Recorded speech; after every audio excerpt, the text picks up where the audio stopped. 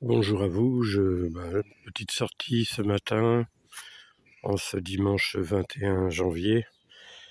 Je voulais vous montrer un petit peu je ne sais pas si vous vous souvenez, j'avais fait une vidéo après la tempête, j'ai des arbres qui étaient tombés chez moi. Et, et l'élagueur est venu hier, et il a commencé à travailler. Alors, euh, alors maintenant, il y a un beau bordel partout. Voilà, là, vous voyez, c'est le tas de branches. Tout le tas de branches qui est aussi haut que la haie, qui fait quand même 1,80 m à peu près. Là, tous les morceaux de bois qui sont coupés.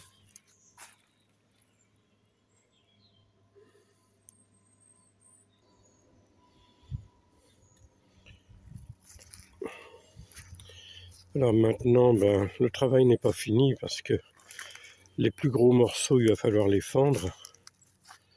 Là, j'ai commencé à entasser les plus petits, mais les plus gros morceaux, il va falloir les fendre. Et ensuite, il va falloir ranger parce que là, autant vous dire qu'il y en a partout sur la pelouse, quoi.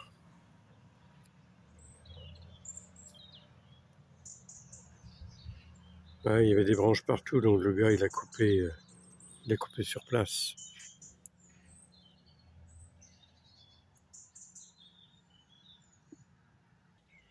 Ah, le pauvre chêne, il est comme amputé.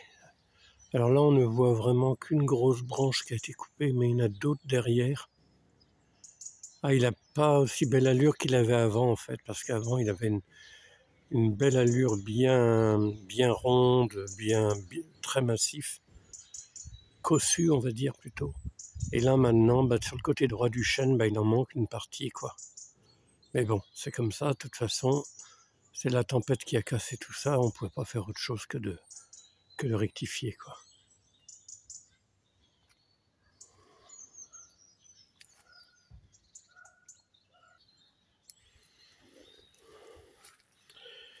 Et tout le petit branchage, je vais le garder.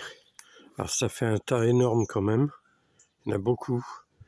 Mais je vais essayer de faire des petits fagots avec, qui me serviront ensuite pour allumer le four à bois. Voilà le four à bois qui est posé, que vous avez déjà vu dans une vidéo, je crois. Mais qui n'est pas fini, et j'ai mis une protection dessus. Il y a tout un habillage à faire autour et une autre isolation à refaire en plus. Donc il y a encore du travail.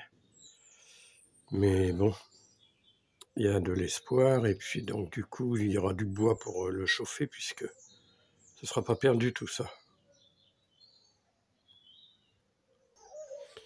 Et là, on arrive à un autre arbre, un deuxième arbre qui était tombé aussi. Donc celui-là est devant la maison. Ah, ça y est, il a été débité aussi. Il a été coupé en petits morceaux, moins qu'on puisse dire. Mais là, il reste un travail de titan à faire parce que, je ne sais pas si vous voyez, les morceaux sont très larges.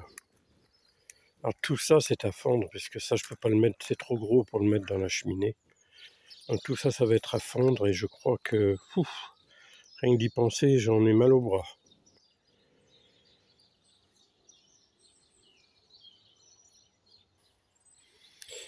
Et là, nous avons la base du tronc. Ah oui, pour vous donner un peu une idée, là, regardez la base du tronc. Ça doit faire, c'est un peu en ovale, mais la partie la plus longue, je dirais bien que ça fait 1 mètre. Pour donner une idée, ma main est toute petite à côté, quoi. Voilà. Donc ça fait bien 1 mètre oui. La partie la plus large, je dirais pratiquement 50-60, la partie la moins large. Alors là, on a quand même des belles galettes qui sont quand même mastodontes. Et ça, c'est pareil, il va falloir les fendre. Voilà. Bon, comme on dit, à chaque jour sa peine. Il y a encore une autre. On voit les tranches que ça fait, quoi.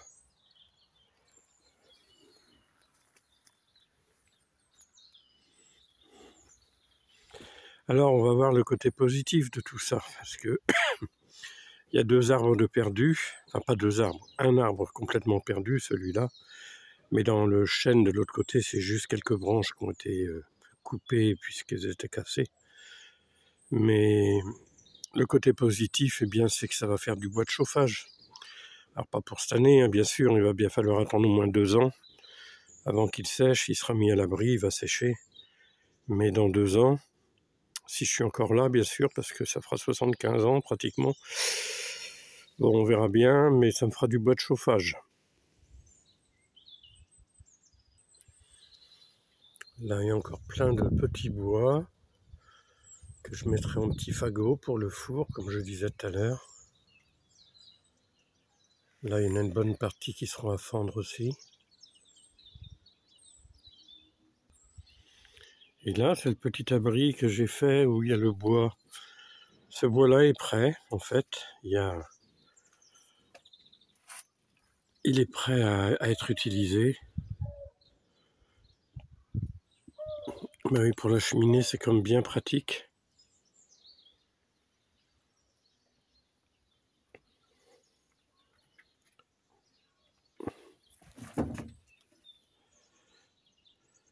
Voilà les amis, eh bien je pense qu'on va arrêter sur cette petite